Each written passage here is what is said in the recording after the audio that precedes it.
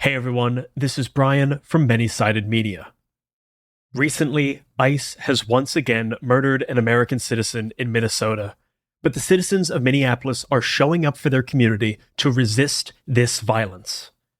We make shows about games and imagination and all the silliest things in life, but we also want to support the people of Minnesota. So here is how we are going to start. This month, we are going to be matching donations to the Women's Foundation of Minnesota and their Immigrant Rapid Response Fund. These donations will help organizations that support and protect immigrants by providing human services and legal services to immigrant communities under attack.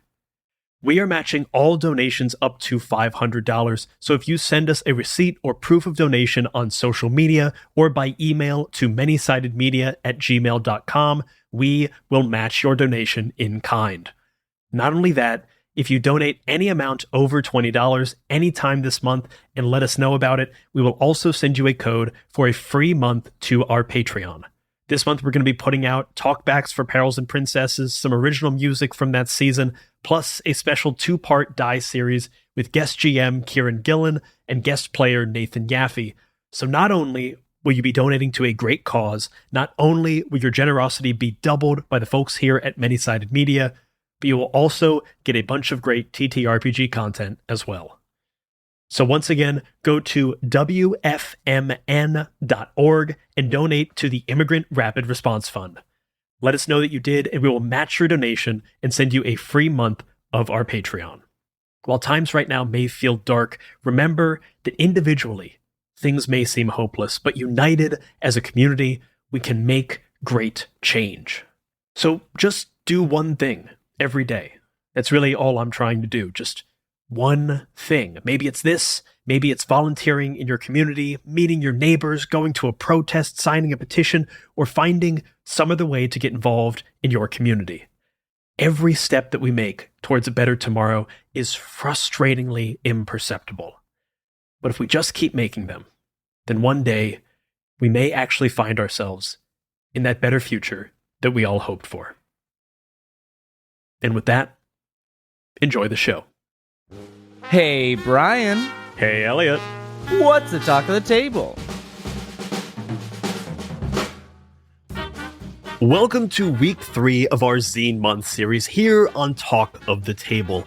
Zine Month is one of our favorite times of the year, and we love to celebrate it this entire month because we always enjoy talking to first-time and up-and-coming designers and seeing what they're working on, what new things are coming to the space, because Zine Month is exactly the time for new stuff in the tabletop community. And today, we are talking about 2 games that we're really excited to tell you about. First up is Lie to Him, which uses a Jenga tower and tarot cards to tell stories about deception. And then we're going to be talking about W.F.H, a corporate horror game played over Slack. Hello and welcome back to Talk of the Table. Today we are joined by Michelle Kelly to talk about her new solo game, Lie to Him. Michelle, welcome to the show. Thank you so much. Lovely to be here. Welcome. Great to have you. We love bringing on a bunch of new people for Zine Month. It's great to learn about all these new games, all these new creators. This is great. I'm excited. It's so exciting. So at time of recording, we get the joy of, I always love when we're on a recording, we can already say, congratulations on funding, Lie to Him. Thank you. But we're still, we still got a lot of Zine Month left. There's still a lot of runway for this game to keep funding and keep, supporting the work you've done. I know there's a stretch goal at the time you haven't reached that says Michelle gets paid, so I actually insist that you reach that.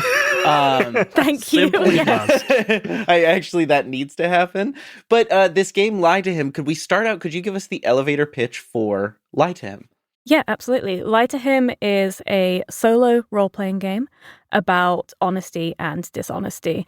It uses a tumbling block tower and tarot cards to generate minimalist, open-ended prompt so that you can tell any kind of story you want. Is it a fantasy setting? Is it a sci-fi setting? Is it set in the real world?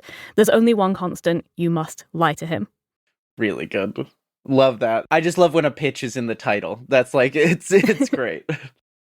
Listen, I'm not a marketing expert, but I'm really passionate about this game, so I talk about it a lot. So hopefully I've managed to get it down to a short couple of punchy sentences at this point. But the game uses an SRD, which is basically a standard sort of rule system developed by a guy called Michael. He's known online as Innocent Goblin TTRPGs. He's made some brilliant games. And shout out, he's also crowdfunding right now for a game called The Hawthorne Effect. So shout out for that crowdfunder as well. Hell yeah. But he developed this rule set called the Standing Ovation SRD, which is all about making games to do with performance. He ran a game jam in, I want to say, April of 2025 that I joined to try and make some games using that. And I got really interested in the idea of lying as a form of performance, a sort of intimate two-person performance. So I used that. I wrote up a very quick and dirty demo, which was cool, but had a lot of balancing issues. And I threw it up on it for free and said I did this. And some people left some really lovely comments along the lines of, this seems great. It doesn't work. The numbers don't work. And I'm like, cool, thanks. Cool. But I just kept thinking about it. I really liked the concept and what I'd made for that little game jam. So this has been a chance for me to sit down, rework the rules completely, and then bring in some amazing collaborators to make it much bigger and better than I was able to make for that little game jam. This is a great pairing with, we just did an interview with the folks from Breitbart Games about their game Axolotl with a Gun, and has a very similar development history in that it was a very quick turnaround. It was kind of made in collaboration with an illustrator, or like made for like a Zine Month type thing. Went up on itch, and then they also discovered they had like an infinite rolling dice glitch in their game. We're like, okay, well, we're gonna patch that game.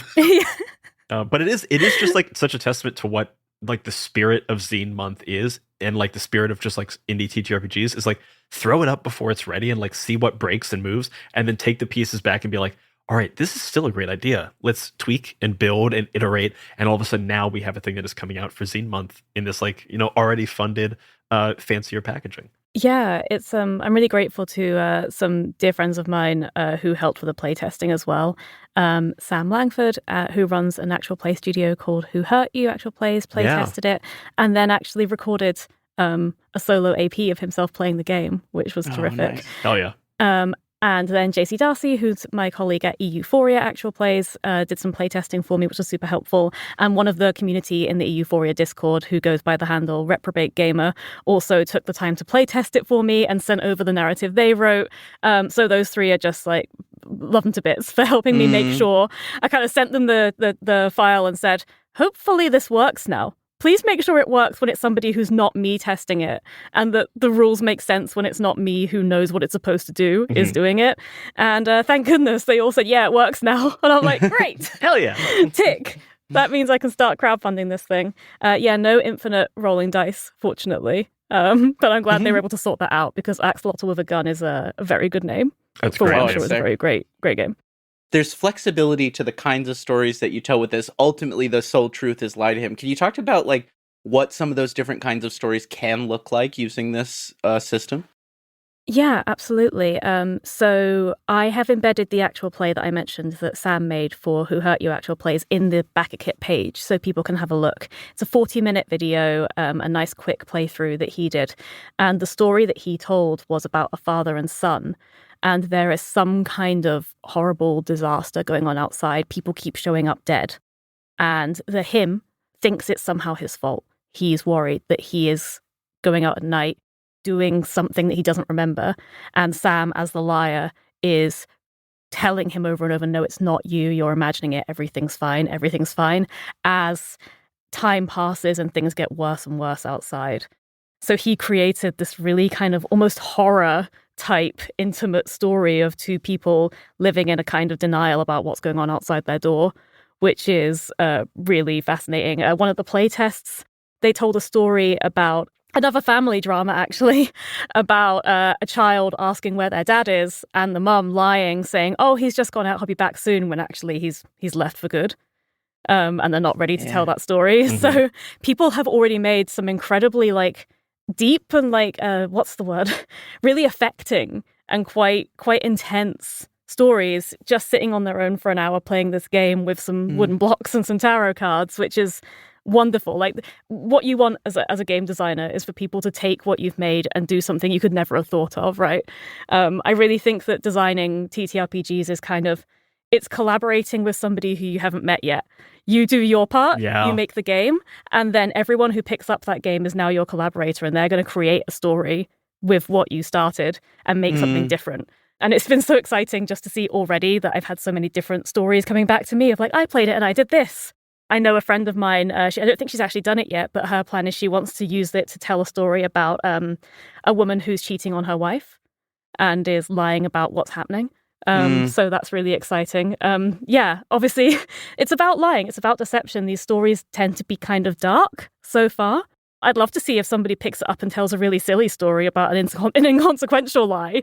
And how does that work out? Do you end up with a very slapstick, kind of farcical lie that gets sillier and sillier instead of these kind of more dark tales? I think the game has the potential to do that. But maybe my friends are just kind of like really dark people. I don't know.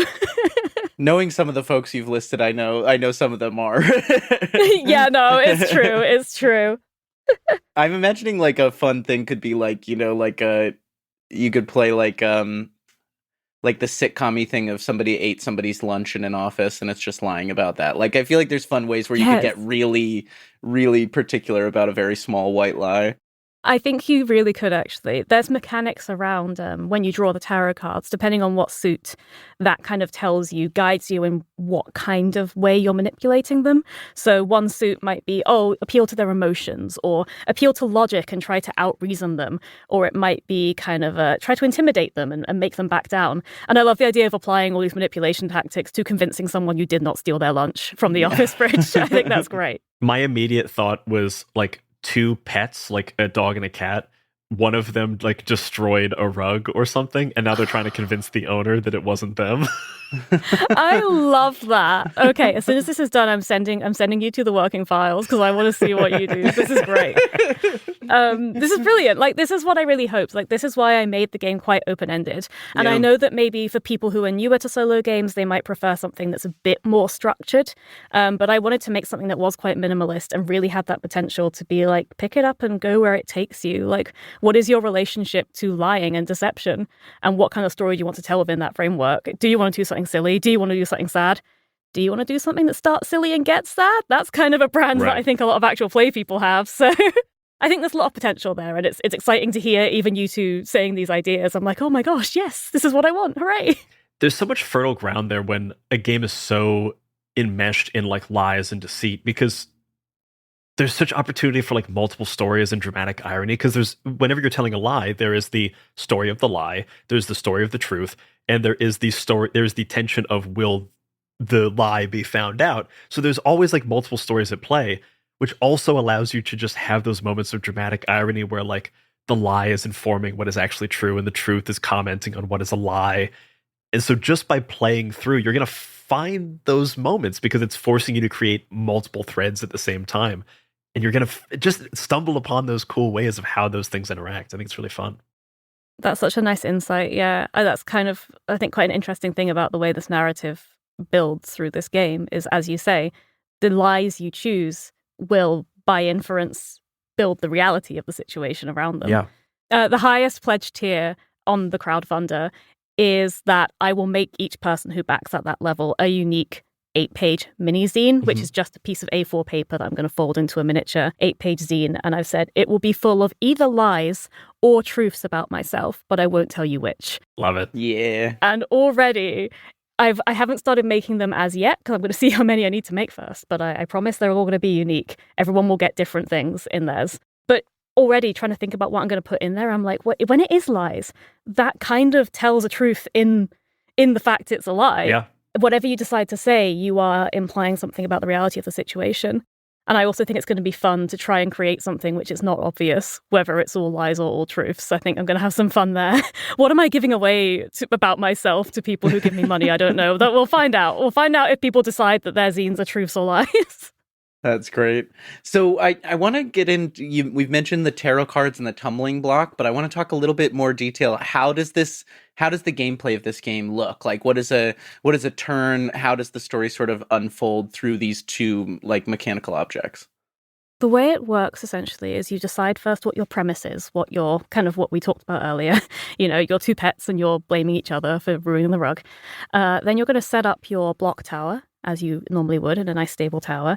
You're going to shuffle your tarot deck, and then you're going to pull out, just keep drawing until you get 4 minor arcana of different suits. The minor arcana being kind of like the number cards of each different suit. You're going to lay those out in front of you.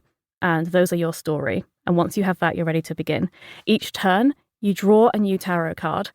And if it's a minor arcana, you compare it to your story there and see if it's higher or lower. If it's higher, then he believes you, the thing you've just told him, and you turn the card over. If it's lower, he has doubts. There's a table, depending on how much lower the card is, which tells you what happens. Maybe you have to pull more blocks, or maybe your dishonesty score will go up. Maybe your desperation score will go up. Those are these two numerical things you're keeping track of. The higher your dishonesty gets, the more blocks you're going to pull every time you're prompted to pull blocks. The higher your desperation gets, that's going to impact the ending when we get there. So you keep going, and that's the loop. You pull the card, you pull blocks, you put them on the top of the tower, you draw a new card. The major arcana all have unique prompts, 2 for each. So whether you draw it upright or reversed, there's a different prompt, which is a special prompt that relates to the meaning of that card in tarot. And again, you just keep playing until either you've flipped all 4 of your story cards, which means you've finished your story, or the tower falls. At that point, you're going to go to the ending page, and depending on those dishonesty and desperation scores, you're going to get a different ending prompt. And again, these endings are not strong, definitive paragraphs telling you exactly what happened. They are prompts as well to say, this is kind of how this scene ends. You decide what that looks like in your story. And that's really it. It's cards and it's blocks and it's telling lies to yourself in a room in your imagination. But people who have played it so far really seem to enjoy it, which makes me very happy. And obviously, I've played it so much now. I've played it ad nauseum to check it works, and I've had a good time with it. So maybe I just like lying. Don't leave that in. Oh, you can if you want. It's too late now.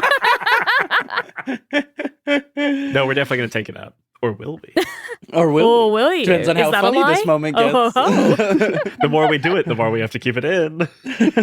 I'll also give another shout out to lovely Darcy at Euphoria, who actually made a 60-second short on YouTube of them explaining the rules, probably much more efficiently than I just did. So if you go to youtube.com/@EuphoriaAP, you'll find a nice 60-second short where they just go, here's how to play Lie to Him, and they show you the visuals. So there you go. There's another quick summary if you need it.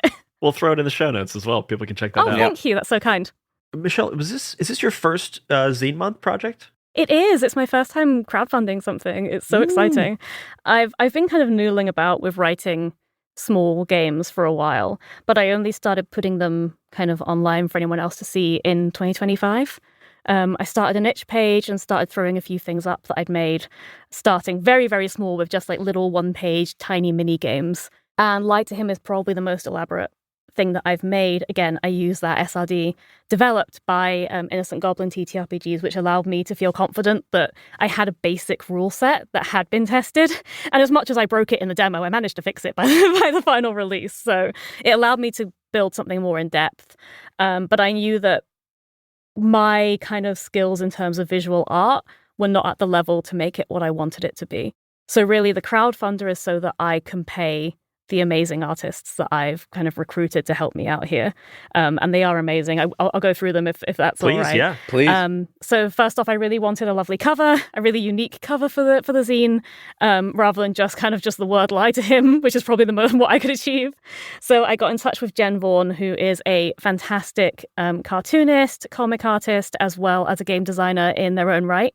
They're from the US, now based in France, and they make really beautiful art, as well as being available for commissions. So I got in touch with Jen and said, hey, can you do me some kind of cool atmospheric artwork involving skeletons for my zine?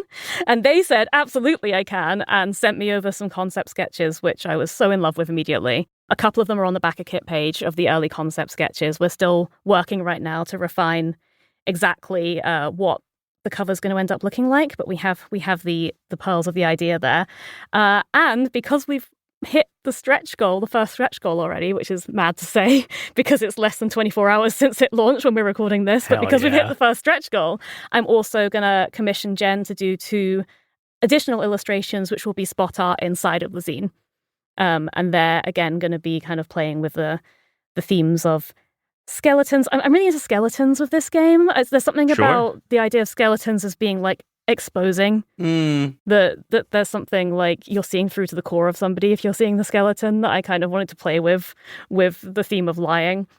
And also something a little bit absurd and off kilter about doing all the art with skeletons instead of living people. that I kind of wanted to insert to make the sense of like you're off balance in this game. You're trying to lie and you're trying to figure it out. Your Gromit on the train, putting down the train tracks in front of you. Classic. That, but I couldn't steal their copyright, so we went with skeletons instead. So yes, Jen is working on the artwork. Absolutely so excited for Jen Vaughan's contribution. And then in terms of laying out the book, I'm working with Francita Soto, who goes by Francita online. She is incredible. She has credits in I think over 50 TTRPGs over the last 7 years, doing layout and logo design and all graphic design, all sorts of wonderful things. So I knew straight away like I could trust her to make it beautiful.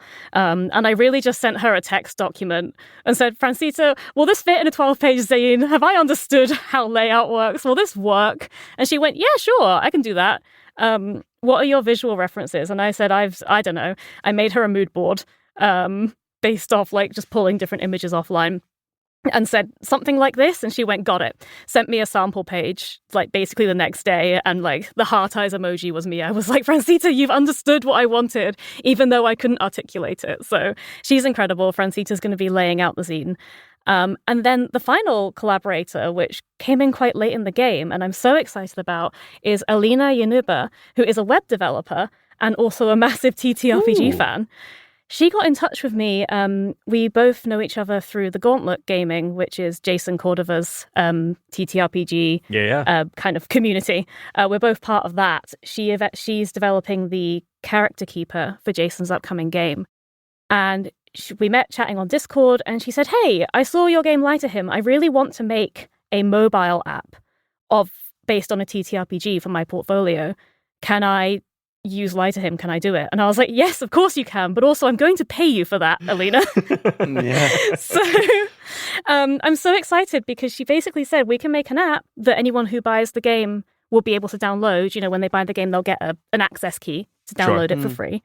And then if you don't have access to a physical tumbling block tower or tarot cards, then the app will do that kind of random number generation, if you like, as though you're pulling blocks off a tower and see if it falls or not. Very cool. And I'm just so excited about that because one of the things I was concerned about with this game is it requires a lot of additional pieces, which aren't included, to be able to play it. But what Alina's developing is a way that actually anyone can play it, and you don't have to. You can play it on the bus or something during your commute. You can sit with your phone and play the game, which is really exciting.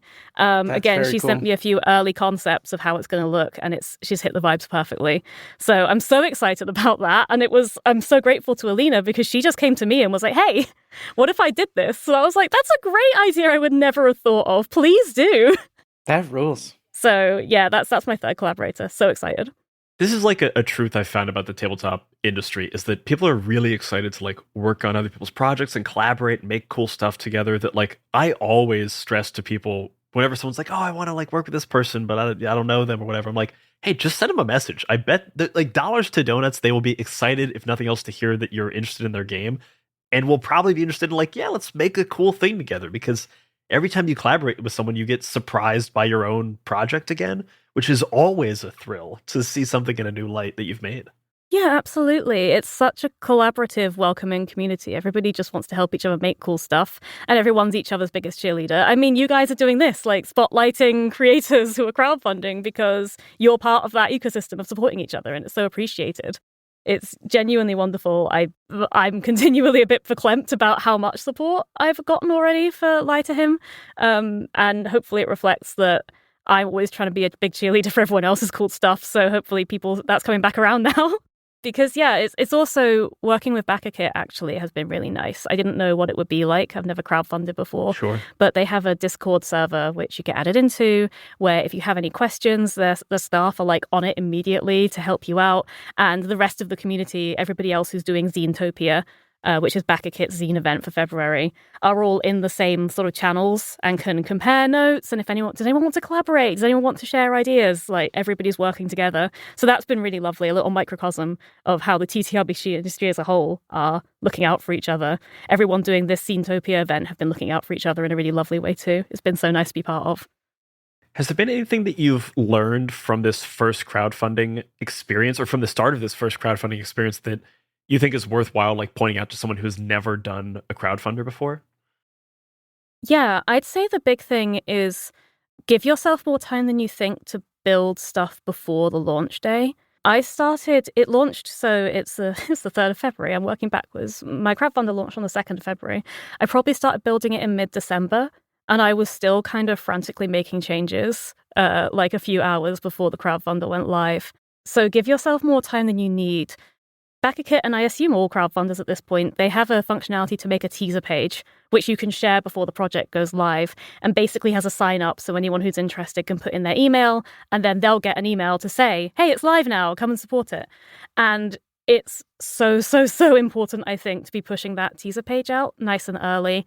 Put some information on it about what the game's going to be, about who's going to be working on it, why someone should be interested, and start sharing that and sending it to people who you think might be interested nice and early in the process.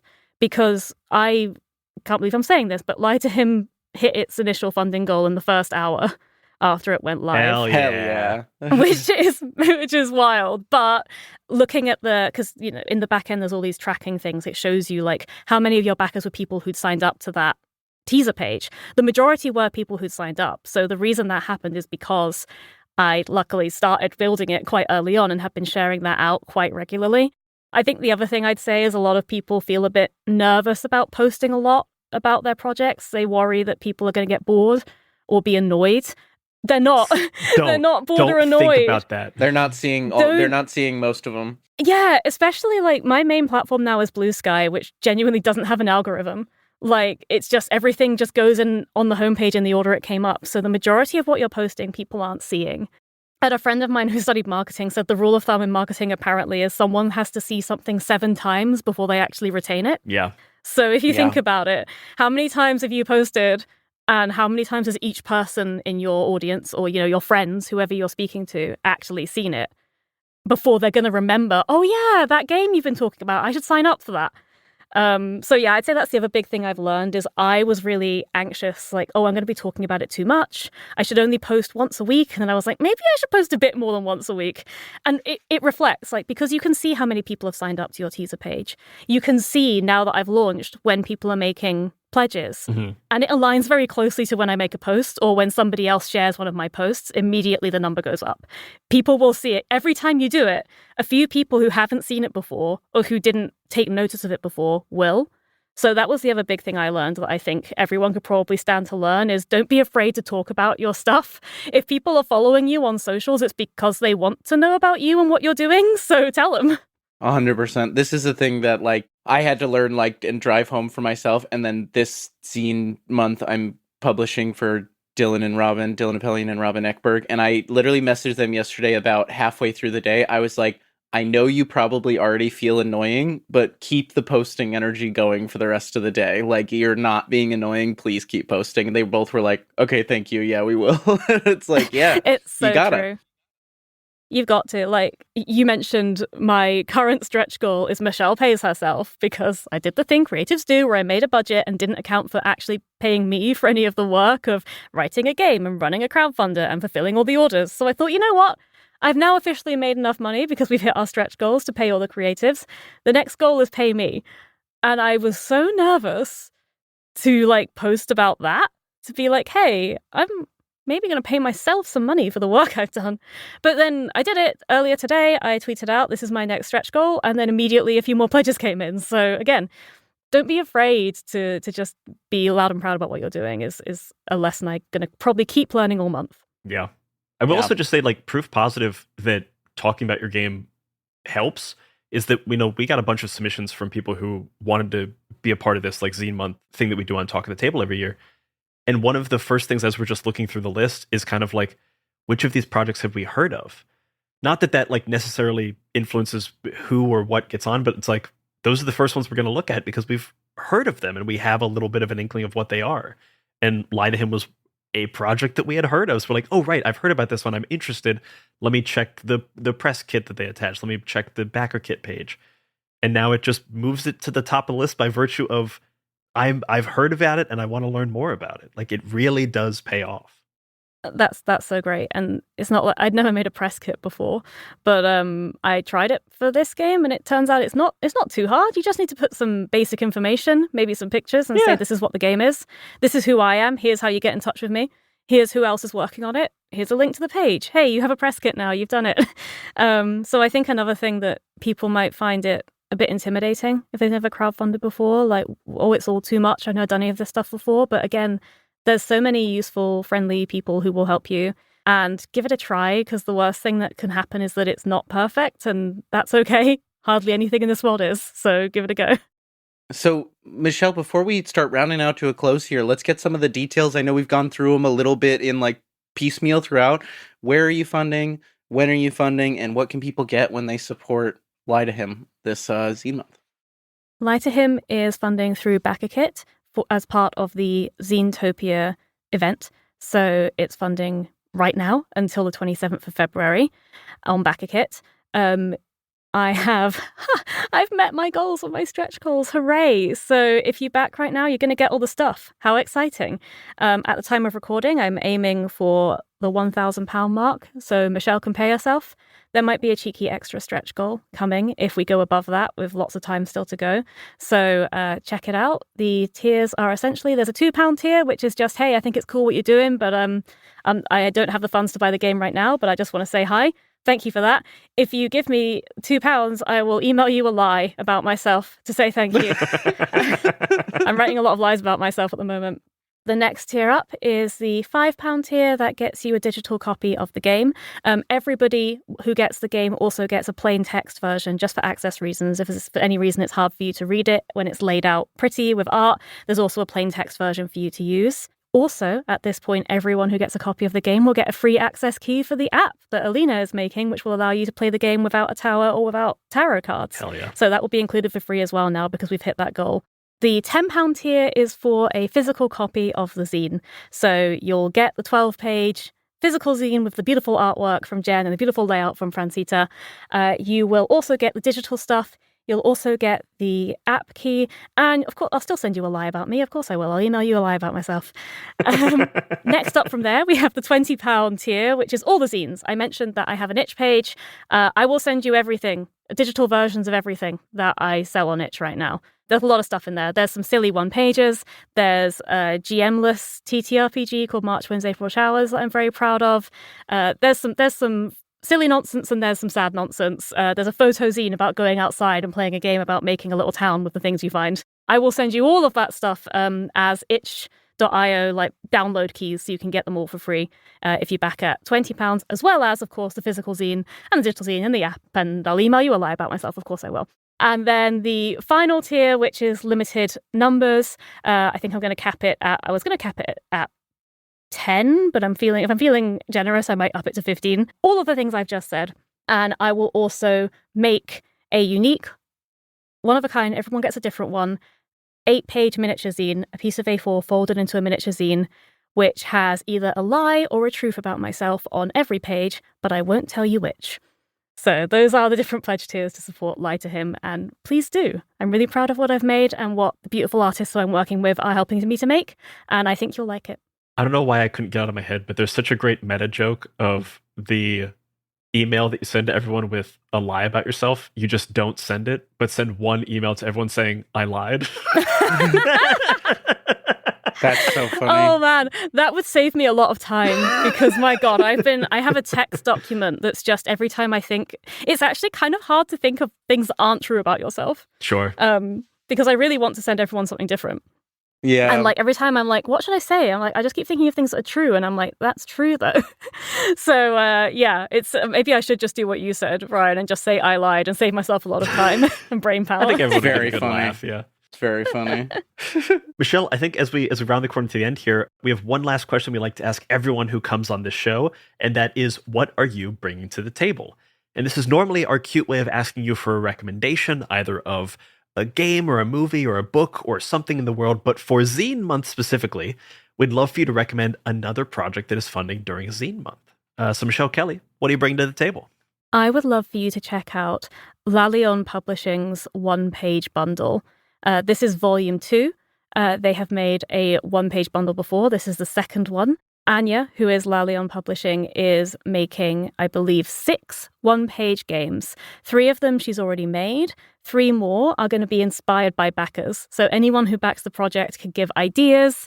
It can be a line of text. It can be a concept. It can be some emojis. She's made a game based on emojis before, and she is going to pick her favorite ideas and make some one-page games. They're going to be delivered in a beautiful folder, like a keepsake folder that has nice artwork on it, so that you can, as you continue to collect more one-page games at conventions and things, add to it and keep all your one-pages safe. Anya is not only a good friend, she's a terrific game designer. She's made some great longer games and solo games, but her one pages are fantastic. The first volume had one called Honk Honk, which is just about you being a horrible goose, inspired by the Goose video game. No notes. She's exactly. It's so much fun. I've played Honk Honk. It's really fun. This new bundle is going to include a game called the Cassandra Project, which is about being on a doomed spaceship, but no one believes you that it's all going to go wrong. There's going to be a group kind of party one-pager game called I Heard a Rumor, where you all make up rumors about each other and have to kind of build a story around all the rumors you're making up.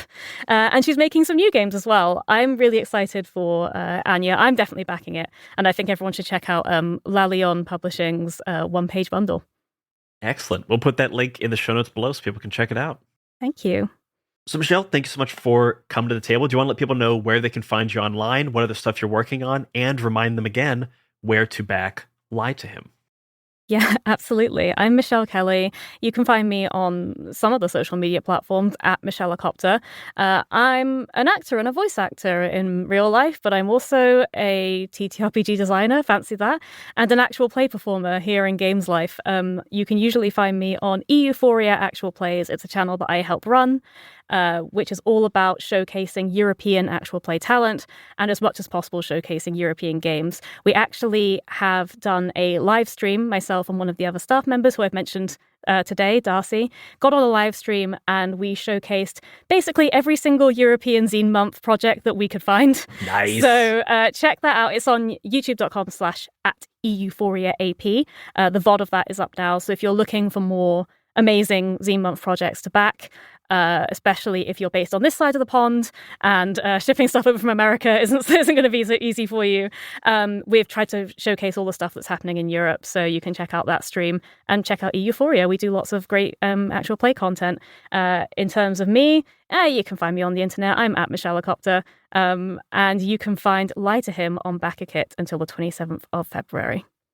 Thank you so much. All of those links are going to be in the show notes below. Go and back this project so Michelle can pay herself. We want to make sure everyone's getting paid. Yay! I love it. And thank you so much for joining us for this show. Thank you sincerely for having me. It's really just, as I said, it's so wonderful to see the amount of support this community has for each other and for creators. And it's a wonderful thing you're doing, not just because you invited me on, but I'm sure for everybody else, having their projects showcased in this way is really valuable. So thank you very, very much for having me. It's been great. I think it's ultimately selfish. We want to find more game designers making cool stuff so we can play more games. We're not doing this for you. We're doing this for us. We want brand new games. We want cool designers. Come for us, Zine Month. Let's do it. Let's do it. My wallet will suffer, but boy, will I play some games. Yeah, goddamn right you will. It's the talk of the table.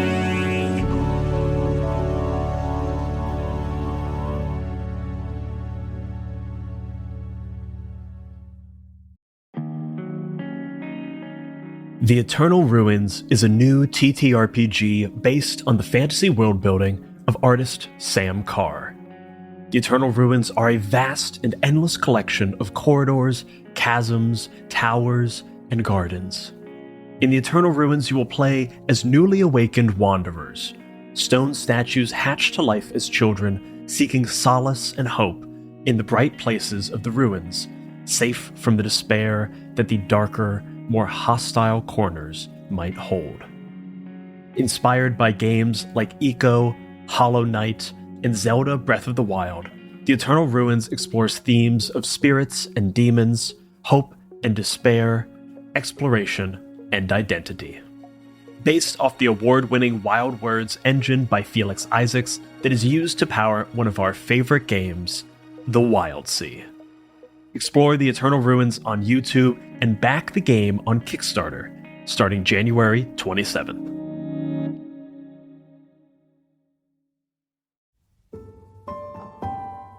The Wanderer's Bookshop is a solo journaling bookshop simulator that is currently crowdfunding on BackerKit.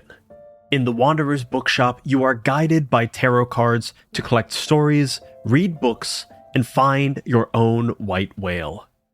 You play as the impassioned curator of a magical bookshop, a wanderer with a burning literary question that the bookshop will help you solve.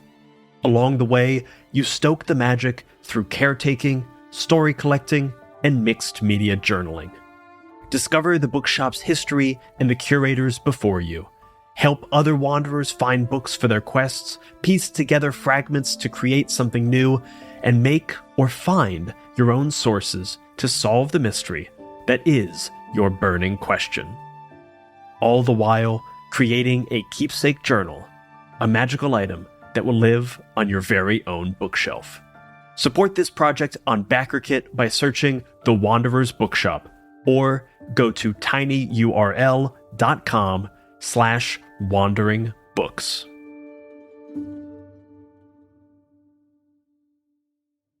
Hey everyone, it's Brian, and we've been doing something really cool on our Patreon, and I want to tell you about it. Since we launched the Patreon, we've been putting out bonus actual play episodes every month, but recently we've been doing something even cooler.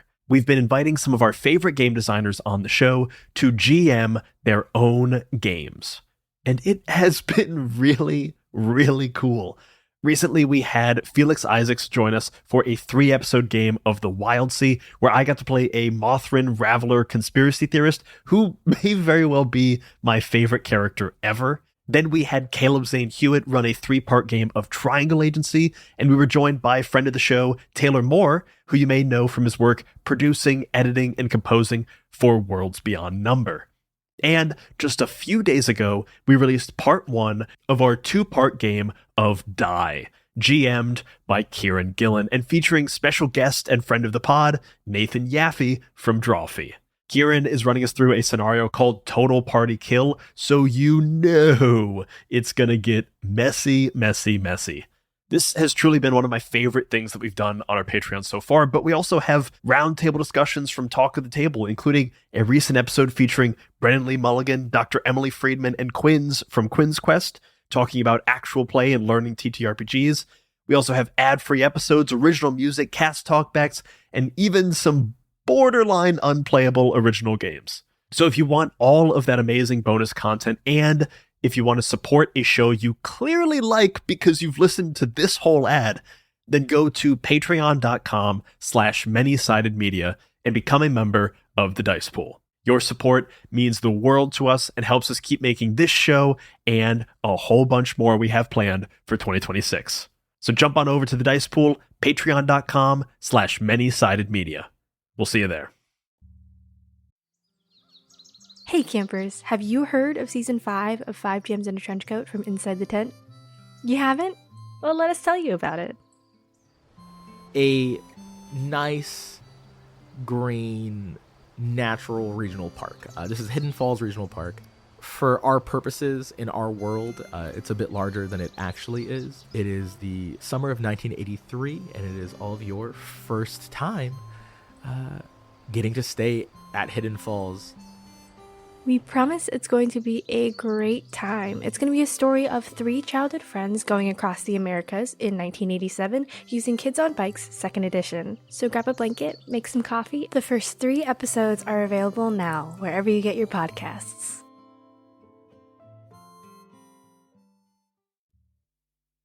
Hello and welcome back to Talk of the Table. Today we are joined by Dan Walter and Tyler Palma to talk about their new game, Worry, Fear, Horror. Dan, Tyler, welcome to the show. Welcome. Hi, hello. Hello. Thank you for having us. Yeah, I'm really excited It's to good talk to about have this you. game and just continue celebrating Zine Month as we've been doing this whole month. Yeah, very cool. Excited to be here. It's been a good Zine month so far. It's Zine week, I guess, as what we've gone through at the moment, but so far so good. Just getting started. As of time of recording, you guys have already funded, so congratulations on that. Now we're just trying to add a Congratulations. whole bunch of cherries on top. Yes, thank you. Yes, exactly. Yeah. So let's dive in about this game. Dan, can you give us the top line pitch? What is Worry, Fear, Horror? So W.F.H, Worry, Fear, Horror, is a text-based TTRPG where you play as a group of remote workers who are all being inundated with eldritch horrors, and the only thing they have to help get through it is their company group chat.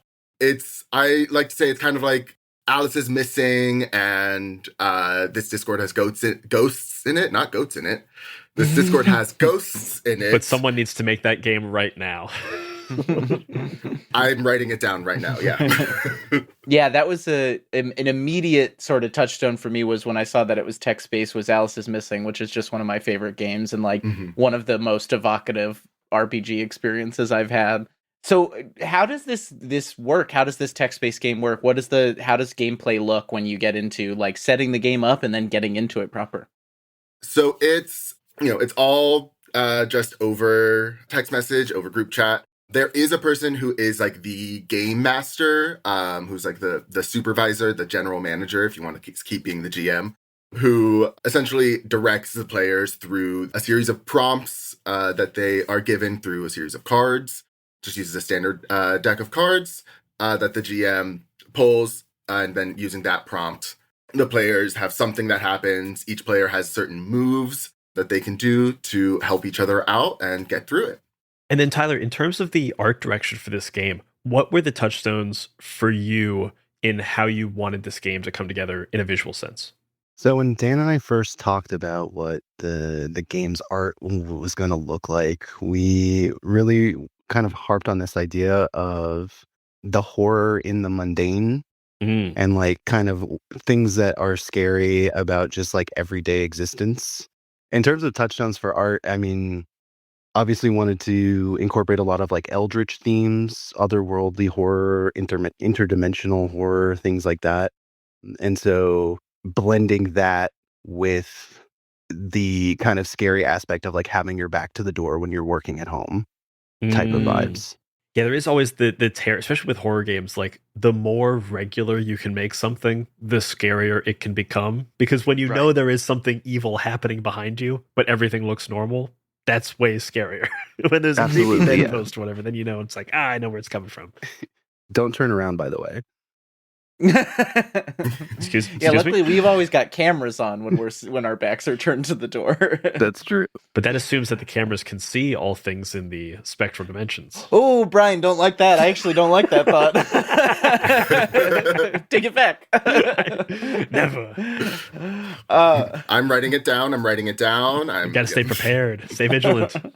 So when it comes to these things that you're sort of like making horrifying, what are the kinds of things that the characters in this game are facing as they play through?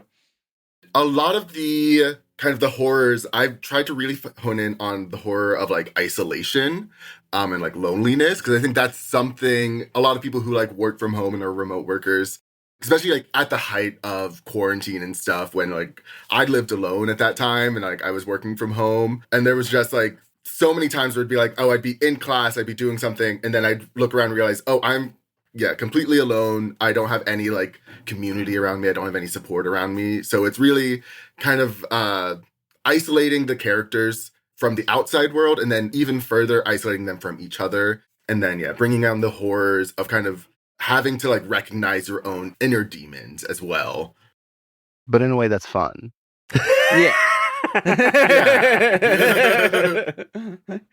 Because you get to do it with your friends, right? So at the end of the day, you know, you're playing this game where you're all alone, but you're working together to kind of overcome that, which I think is really cool. I am really excited to play, because I've never gotten to play Alice is Missing. I've never done This Discord Has Ghosts in it. And obviously, because it's a brand new game, I've never played W.F.H.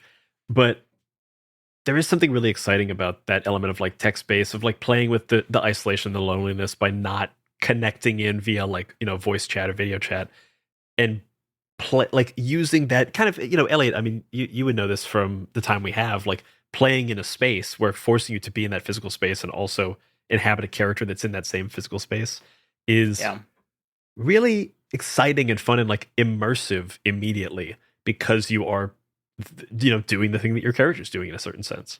Yeah, 100%. I'm curious about like the added GM role to this, just like because like the touchstones you cited, like Alice is missing, and this Discord has ghosts in it. Like, there's obviously a facilitator kind of player, but I'm very interested in this like general manager character. What does that side of play look like for this game? So this game actually went through several iterations. It actually started as a solo RPG, as kind of like it was going to be like a weekly report kind of thing of like, you're a work from home worker who's having like eldritch abominations. And it was like, you're writing your weekly report about that. Then it was actually at PAX Unplugged, my friend Lexi did a live show of, it was like a Severance themed Call of Cthulhu game. And that hit something in my brain that I was like, because I had already had, many bits of the solo version. I was like, that hit into my brain that I was like, this could be a group game a la Alice is Missing. And I think that'd be really fun. And then as I was doing that, I was doing a GM list, and I kept running into roadblocks where it was like, well, it'd make more sense if someone else was here to describe, the horrors, describe like, here's what's happening, and kind of give that, make it so that kind of everyone has the same experience versus if everyone was pulling a prompt and interpreting it differently, there can be like confusion and stuff. So the game master's main job is interpreting the prompts and then delivering that to the players. And obviously, two different game masters can interpret the prompts differently. I leave them a little bit open-ended for people. It's interesting to hear about a game starting as a solo game and becoming a like multiplayer GM'd game, like going from one end of the spectrum all the way through GM-less play into like GM'd play. Did you find any vestigial organs of solo play made a really good fit in like GM'd multiplayer play? I mean, I think like the one thing that's kind of stayed the same throughout is the kind of card and prompt mechanic, which I think is a staple of like GM-less games in general. And I'm sure there's there are GM'd games that have like card and prompt, stuff in them. But that's definitely something that I personally haven't played with as a designer or even as like a player. But having someone else kind of tell you, here's what you need to tell the players, but it's up to you kind of to interpret how you do that and the details of it. I think that's probably the main element of solo play that is, kind of stayed throughout. I'm always curious when it comes to like a timed horror experience. Like we're big suckers here for 10 Candles. Does this game have happy endings potentially, or is it one of those horror games where we're always doomed? It does have happy endings because the whole framing is kind of because the company you work for is like run by eldritch beings. You don't really know that in world, but it's like kind of framed as like, this is like a group exercise as like, group training for your remote workers. So like there is the happy ending of like everyone passes and everyone, gets to go out into the world again. But there's definitely the other, aspect of like, oh, everyone is stuck in their own bubble of like darkness and loneliness at the end of the game. So, and like succumbs to the like insanity. So it has full gambit of endings for sure. I think it kind of wraps around back to the horror of the mundane as well, of like, is the happy ending just that everybody's kind of used to what's going on, right? Like it just become commonplace that these horrible things are happening, but it's sort of in the background. It's like, that's the entity. He's cool. He's chill. I have reports that I have to do, but I'm still getting paid. So I feel like it reminds me of like if you're Magnus Archives fans at all, like some of the episodes of Magnus Archives, it's just like that team in the office being like, oh, another horror beyond my comprehension on this tape. Here we go. Yeah, very much that. Very much Night Vale. Yeah, that's sick. And for this game, is there like a single in-world like universe or canon that people are playing in, or is there like a generation that an ability to generate your own kind of in-world office type thing that players will go through to start the game? I kind of have my own like lore around the company at the very least of Blackwood Industries, which is the name of the company named after Algernon Blackwood, who's a eldritch horror writer. He wrote The Willows. It's kind of his most well-known book or story. I didn't want to name it after the other one. Yeah. So I have like, the lore about that and kind of about the company. But honestly, most of the lore is that like, you don't really know what the company does. Like it's kind of harkening back to Severance with like Lumen. It's like, oh, could it be a pharmaceutical company? Do they do like tech? Like what is like, what do they even do? And yeah, and it kind of it's like you work from home and you just kind of get emails and sit in Zoom meetings and you don't really know what the end goal is, which I feel like is kind of a common occurrence for a lot of people. And then Tyler, flipping it back to you, when it comes to, we're in Zine Month, this is going to be a physical zine. How did you think about like the look and feel of like how this game is going to come together visually? So when we were discussing the way that we wanted the aesthetic to be, Dan and I have worked together on a couple of other projects at this point. We've been collaborating in one way or another since 2021, I think, 2022 when we met.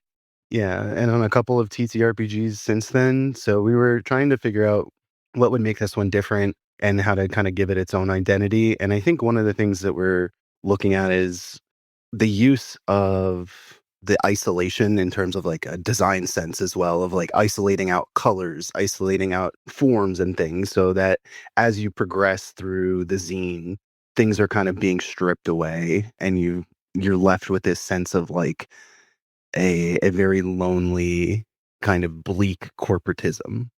And hopefully I can pull that off. I always love seeing how art can change throughout a book. We were just talking with Matthew Ayers from Blightfall about how that game will slowly like shift from like white pages to black pages as like the blight and the evil stuff starts to come in and corrupt the book. And the same thing with like, Paint the Town Red. They had like their blood gutters like slowly getting more and more bloody from the center of the book as you got further in. And even Mothership going from like white to black pages depending on stuff. It's always fun to see the art direction and the layout start to help give you the vibe of what an arc of the story should be as you are reading it. It really just ends up helping the player experience, like what you're looking for. I agree. Yeah, one of the things that I love most about making art is being able to provide a narrative through it. So not just like something nice to look at, but it's also kind of adding to the overall story of whatever's happening. Any way you can add that little bit of extra definition to what a game is trying to be through like layout and art direction stuff, it just makes it that much easier to run play. Like, to just like understand what the designer is going for and get into the proper like headspace and mind space to get the most out of that game. Absolutely. Yeah. So what brings y'all to Zine Month for this game? Why was this game the right fit for this sort of big, one of our favorite times of the year crowdfunding event around zines? I mean, for me, I was, already, like I said, kind of already working on it. I started working like back in like August, I think was when I first started dipping my toes into like writing throwing spaghetti on the wall, seeing what was sticking for this game. And then when Zine Month was like coming closer, I was like, well, should I do it or should I do it kind of on my own? And then I just kind of had the thought of like, well, why not? For me, it was a bit of like a might as well, more than anything. And it kind of gives me the boost to be like, let me finish this project. Like, let me like get this, like make this a complete, thing to send out to people. Obviously we want to make something cool and good, but also being done with a project is better than never doing it and just kind of letting it sit and fester forever. Don't let perfect be the enemy of good enough. Yeah. Absolutely that. So yeah, having kind of the hard deadline of, okay, end of February, we have to have something to present to people is a good motivator to that idea. And kind of turning to the physical production of this zine, can you guys tell us what can people get if they're backing this campaign? Yeah, so there's obviously the game itself, either a physical or PDF version. We also have some motivational posters that Tyler has been working on that takes the, cheesy, weird, like motivational posters you see in your office, but with like an eldritch twist to them. Like sometimes it'll just say like confidence and it's a horse on a beach or something. It's like kind of playing on that and like, the horse is haunted. Classic hang in there, baby, but it's an evil squirrel instead. Exactly. Yes. That was the first one we thought of, actually. Yeah. As well as made some like corporate mugs and pens that we'd send out to people with the Blackwood logo. And then I also have our stretch goal at the moment is if we get to $1,500, I'm going to release I have a 1-page Scrabble TTRPG that I've been working on. It's like it uses a Scrabble board as like instead of dice, basically.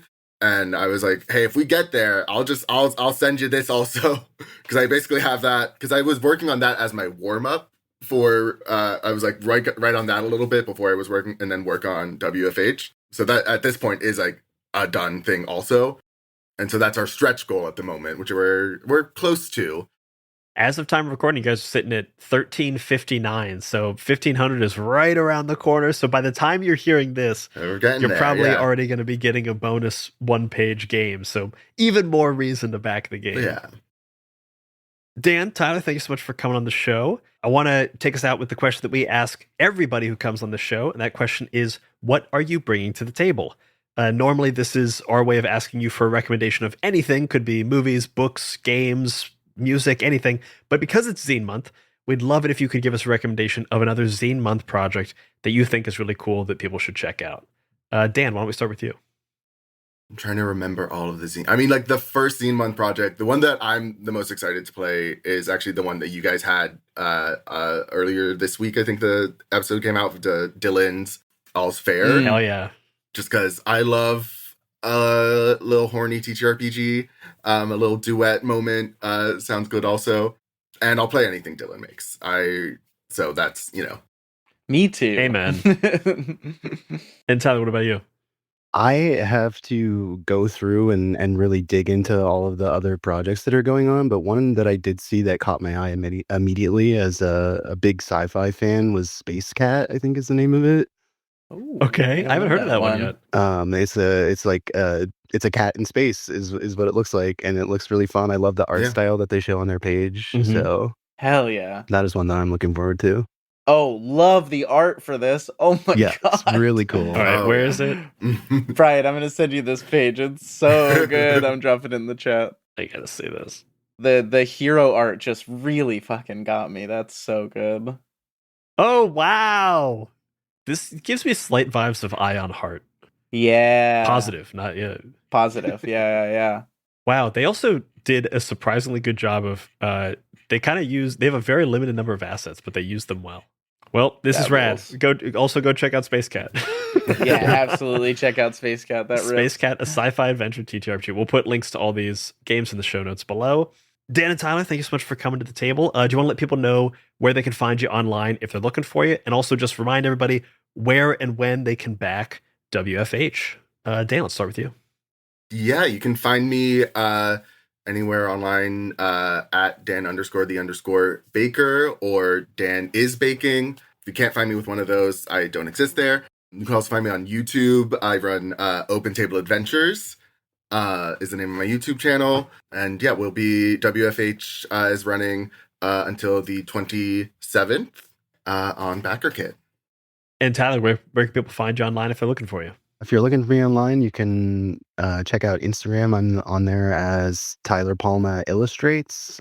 You'll see me. I post probably less frequently than I'd like, but every once in a while I dump kind of a backlog of things, so you'll get a surprise, some things to look at one day. You're doing the batch release schedule.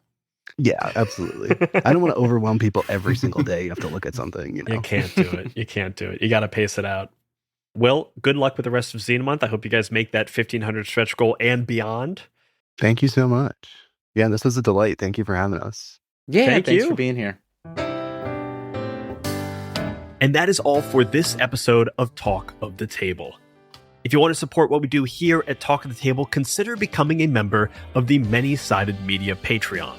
For just a couple of bucks a month, you can get access to ad-free episodes, bonus roundtables, bonus video episodes, bonus actual plays. We even release original music and some original games that may or may not even be playable.